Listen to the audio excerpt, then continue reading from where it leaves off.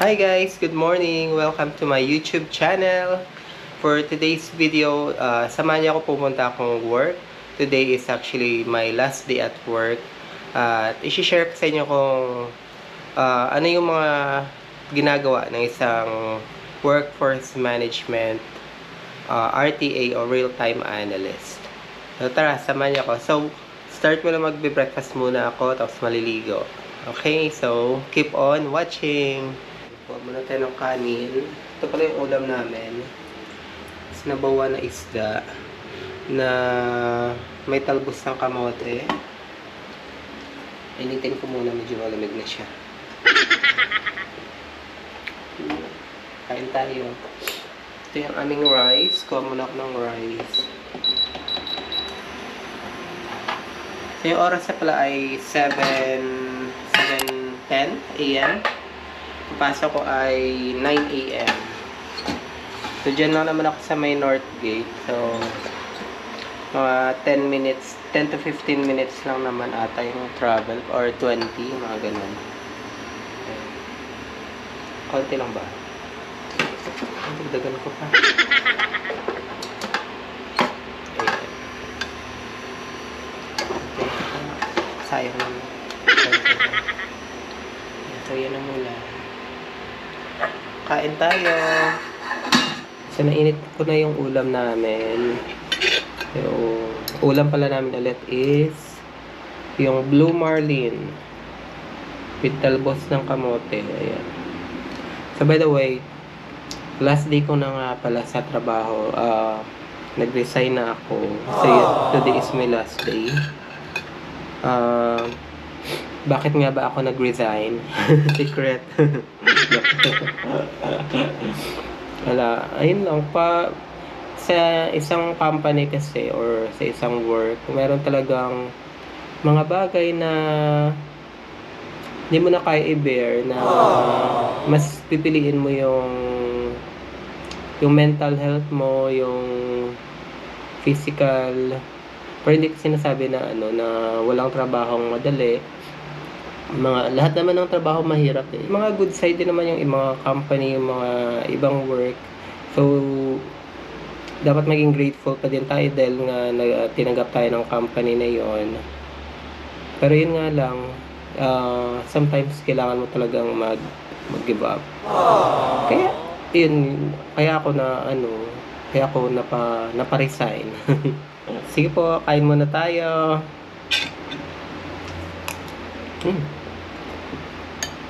Huh?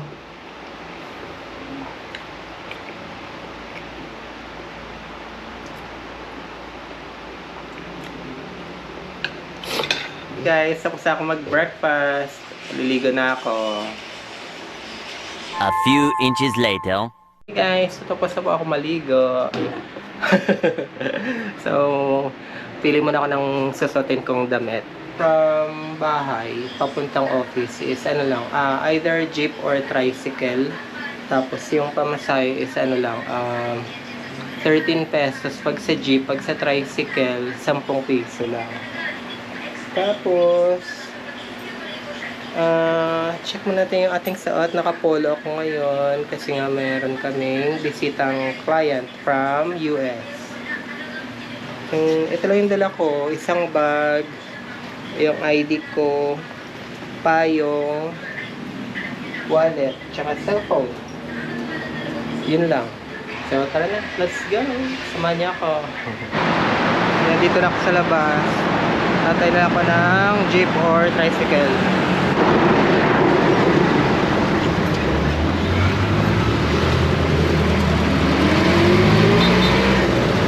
Nakababa na po tayo. So, sasakay pa po tayo ng isa pang jeep papuntang North Gate. Kasi medyo malayo pag nilakad. So, see you there.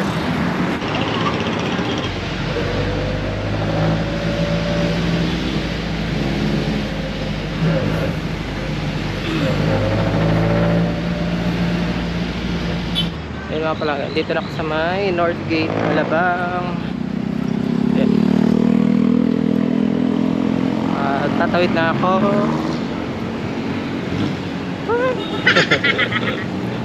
sagasaan tayo. Kakabidyo.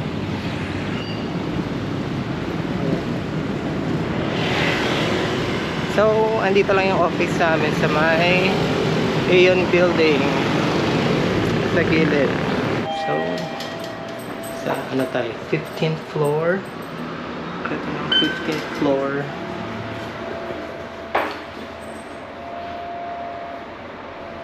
Okay. Iwan muna natin yung ating bag. So, dito pala sa office namin, yung locker is hindi siya permanently naka-assign sa iyo. Bale, pagdating mo, pupunta ka sa may reception, tapos kuha ka ng number ng locker, saka maglalagay.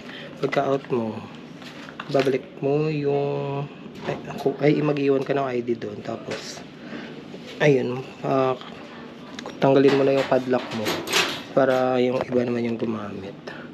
So yung time check, it's 8:40 AM. Papasok na ako. See ulit mamaya, bawal ang camera sa loob. 2 hours later.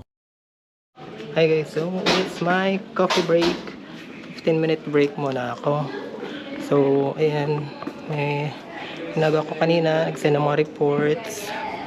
Ito pala yung pantry namin.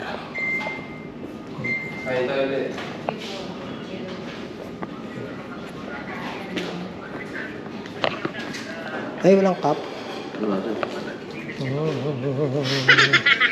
Ano ako magkakaping? Kaya ito. Bababa ako, nagkakape. Hindi ako sa elevator.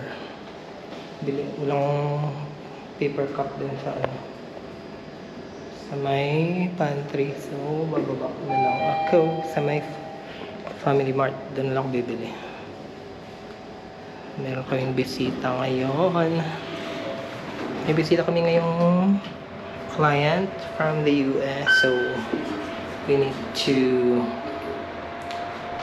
speak in English. Ayan, so dito na ako sa baba. Punta natin yung Family Mart.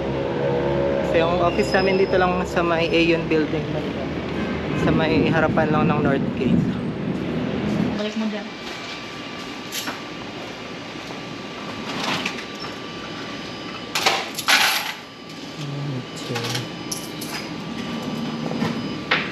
Guys, nakabili na ako ng kape sa aking first break. So, nag-ice coffee na lang ako. Kasi, kailangan bilisan, baka overbreak ako. So, I'm back again. So, kayo babalik na sa loob. Kasi nga, bawal overbreak. Okay, see you again later. 3 hours later.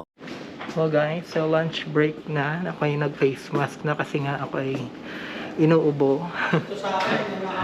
Inuubo. So may pa-Jollibee pala yung company namin. Kasi nga may client visit tapos para daw walang umabsent. Pero madami pa rin absent. Ayan, so ito pala yung ka-work kasi yung Out na ako. yung bigatin ng aming workhorse. Si Jason. Like, say, subscribe. Like and subscribe daw. Ayan. So may pa Jollibee. Ayan. Big time. Oh. Pa Jollibee chicken joy. Ay, sorry. Ay. Ito, wala. So, hindi daw siya kumakain ng chicken. Ano ba, camera talaga? Oh, GoPro. Oh. Ito rin yung ginagamit sa sa mga motor. Hindi ko naman. Ba't walang ano? Pwede ito ilublob sa tubig. Ba't nakapatay? Ayan, kain tayo. Kain, guys. Ay, last day at work. Out na ako, guys, ha. Iwan ko na sila. Sila na yung bahala. Retract yan, retract. Walang retract. Okay, kain muna kami. And hello again. Ayan, tapos yung lunch ko. Babalik na ako guys kasi medyo madami-dami pa akong gagawin. So, see you again mamaya sa last break or end of shift na. Bye! 3 hours later. Hello everyone. So, hello guys. So, ako'y nag-end of shift na. Hindi na ako nakapag last break. Kasi nga sobrang medyo madami-dami din talaga yung mga reports namin. Tapos, grabe sobrang busy. Pag nasa workforce ka, medyo busy talaga. Ayun, nagpaalam na din ako sa mga katrabaho ko. Medyo nakakalungkot kasi nga ayun, mimiss ko yung mga pinagsamahan namin. Yung basta yung lahat ng experience, yung mga away, yung mga chismis, yung mga tawanan. Ayun. See you. A few minutes later. Hi guys! I'm home! So, dito ko na nagtatapos yung video and ayun, ang work ng isang WFM, real-time analyst. So, medyo busy talaga. Madaming reports. Kailangan mo ding magbantay ng tao, mga activities nila. Kailangan i-call out kung may mga ka-call out na mga bagay na dapat hindi ginagawa ng agents during their shift. So, ayun, medyo ayun nga, nakakalungkot din kasi nga umalis na ako sa company. And I hope na may natutunan kayo at nag-enjoy kayo sa video. And please don't forget to subscribe on my YouTube channel, Arvin Monsod. And also, if you want to be updated for my next videos, please click the bell notification button. Thank you ulit, and please help me support my YouTube channel. Thank you so much. Bye! See you in the next vlog.